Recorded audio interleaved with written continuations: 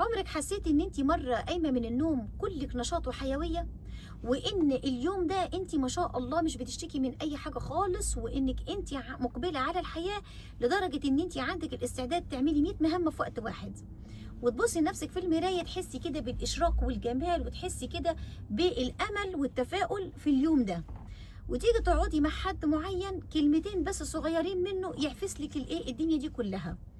تلاقي كده انك انت دخلتي كده في حاله كده من العزله، تحسي ان انت عايزه تقعدي لوحدك، وتحسي كده بتقل وهمدان، وتحسي كده ان انت مالكيش نفس انك انت تعملي حاجه، وحمل كده على كتافك، تحسي انك كانك كنت طول الليل بتشتغلي وانت مش قادره تعملي حاجه واحده من الحاجات اللي انت كنت ناوياها. هو ايه القصه؟ القصه ان الشخص اللي قاعد معاك ده هو شخص لا مؤذي ولا في اي حاجه، هو بينطبق عليه كده المثل زي ما قال الفيلسوف الالماني شوبنهاور: في ناس وجودهم في حياتنا عبء حتى لو لم يفعلوا شيئا. هو بيعمل ايه الشخص ده؟ هو بيسرق طاقتك من غير ما هو يحس، وبيوصلك للحالة اللي انت وصلت لها دي. النهاردة بقى انا هعلمك تعرفي الناس دول ازاي، وتعرفي طاقتك النفسية بتتسرق منك ازاي، وازاي نقدر نحمي نفسنا. لما اتكلم هنا على سرقة الطاقة، انا مش بتكلم على سحر وشعوذة وكلام عبيط وخلاص، لا، انا هنا بتكلم في نقاط محددة لازم تاخدي بالك منها: تركيزك، مشاعرك، هدوءك الداخلي، قدرتك على اتخاذ القرار، صفاء ذهنك. بصي، طاقتك النفسية هنا عاملة زي رصيدك البنكي بالظبط، في ناس بتودع فيه وفي ناس بتسحب منه، بس اللي بيسحب منه من غير إذن. طيب أنا أعمل إيه بقى في الرصيد بتاع البنك ده علشان دايما أحافظ إن هو دايما يزيد ما يقلش؟ أنا بقى علشان أزود رصيدي ده في البنك، أنا محتاجة إن أنا أفلتر الناس اللي حواليا، وأعرف مين الناس اللي موجودين حواليا اللي بيسرقوا مني الطاقة من غير ما أحس.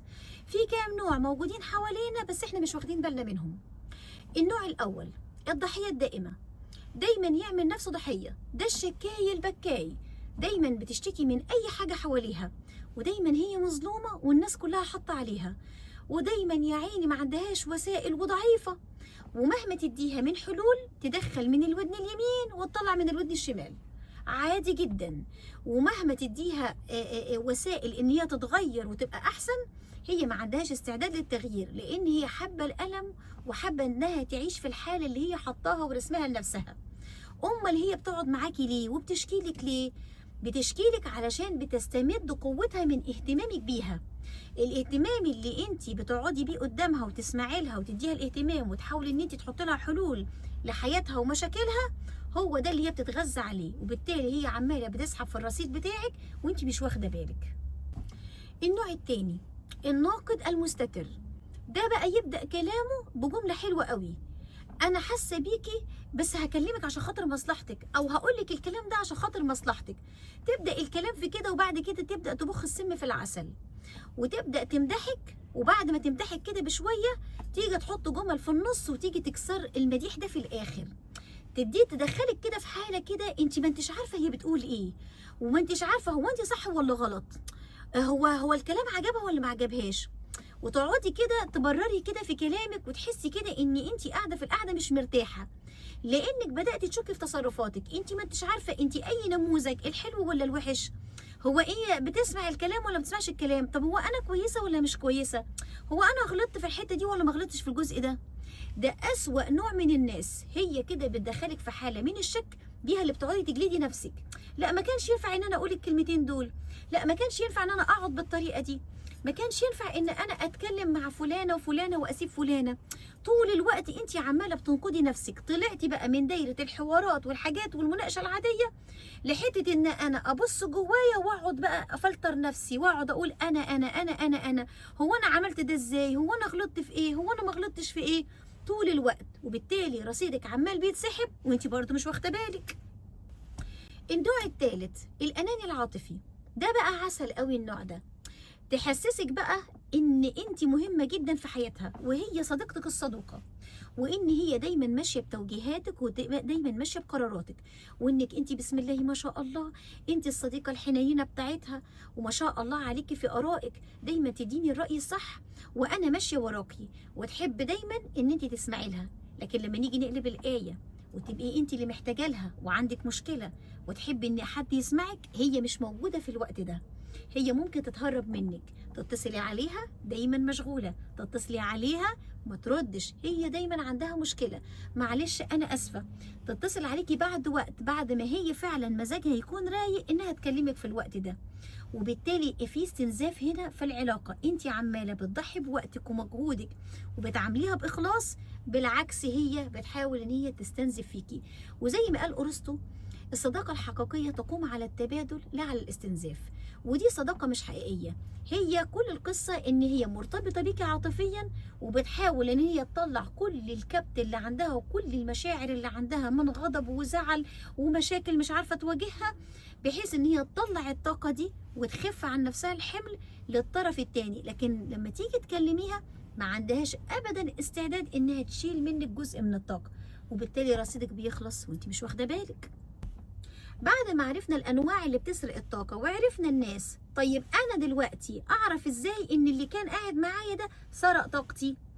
بعد اي تفاعل او بعد اي لقاء اسالي كده نفسك كام سؤال، او لاحظي الحاله اللي انت فيها. يا ترى انت هاديه ولا متوتره؟ يا ترى انت حاسه ان انت كده خفيفه ونشيطه، ولا حسيتي انك انت تقيله وشايله كده هموم على قلبك؟ يا ترى انت كنتي قاعده في القعده بتتكلمي براحتك، ولا انت عماله تبرري وحاسه بتوتر وقلق؟ هنا اللي انت حسيتي بيه ده هو التقييم بتاعك. احنا بنقيم هنا استنزاف الطاقه بعد اللقاء مش اثناء اللقاء. بيبان فلان ده عرف يسرق طاقتك ولا لا. لو حسيتي بانك انت فعلا تعبتي وقلقانه وتعبانه، وانك انت حاسه كده ان اليوم اتقفل، لا انا مش عارفه انا كنت هعمل ايه ونسيت، الشخص ده سرق طاقتك. طيب نعمل ايه بقى؟ اعمل ايه بعد ما عرفت ان هو سرق طاقتي؟ نوصل بقى لاهم جزء عندي، احمي ازاي نفسي من سرقه الطاقه. ازاي احمي نفسي واحوط نفسي من الناس اللي عماله تسرق طاقتي؟ هو انا معقول هقاطع الناس؟ لا، انا مش بطلب منك هنا انك تقطعي علاقتك بالناس دي، لا اتعاملي معاها عادي، بس السياسه هتختلف شويه. نعمل حاجه اسمها نقلل الكلام. بعد ما كنا بنتكلم كتير، لا هنتكلم الكلام على القد، وملوش لزوم ان احنا نبرر تصرفاتنا. انا مثلا عملت تصرف معين، ملوش لزوم ان انا افكر هو فلان ده هيزعل مش هيزعل، لا انت تعملي الموقف وملكيش دعوه، هو يقرا الموقف بالطريقه اللي تعجبه، ده ما يشغلنيش. انا عملت الموقف على حسب شخصيتي من غير ما اجرح حد، وفي مسافات وحدود في العلاقه. اقول لا على حاجه مش عجباني، او لما يكون الوقت ده مش متاح ان انا اتكلم فيه اقول انا مش قادره اتكلم دلوقتي. كلمه لا مش معناها ان انا بهين الشخص اللي قدامي، دي معناها حدود نفسيه ليا وليه. لما الوقت يكون مناسب انا هسمح لك بالكلام، اما دلوقتي انا الوقت بتاعي مش مناسب. ما تبديش فلانه عليكي، لا انا كنت ببديها وببدي وقتها عن وقتي، لا انا وقتي ده مهم ومثمر بالنسبه لي، فبالتالي انا لما يكون عندي مساحه فاضيه ليكي ابقى اوفرها لك، واوفر مساحه على قدها، ما اعملش مساحه زي الاول. ما ادخلش في مناقشات مستنزفه، يعني انا مش ضروري ان انا ادخل في مناقشه واثبت ان انا صح. انت قولي رايك، حسيت ان في جدال كتير ما تتناقشيش، لقيتي ان المناقشه هم كلهم عاملين يتناقشوا، ملوش لزوم تقولي رايك خالص، ما تخشيش جوه المناقشه دي. هنا انا حطيت حدود لمساحتي الداخليه، وقدرت ان انا احمي نفسي على قد ما اقدر من سرقه الطاقه بتاعتي. اقدر اقول في الاخر ان كل الناس دول موجودين حوالينا وبنتعامل معاهم يمكن بشكل يومي، في منهم اللي بيديني طاقه وفي منهم اللي بيسرق مني طاقه. زي ما قلت لك رصيد البنك، كل هدفك يا ست الكل انك تعلي رصيدك في البنك، ملوش لزوم ان حد يسحب منه. وما تنسيش اذا عجبك المحتوى اضغطي لايك واشتركي في قناتي. اشوفك المره الجايه مع رانيه.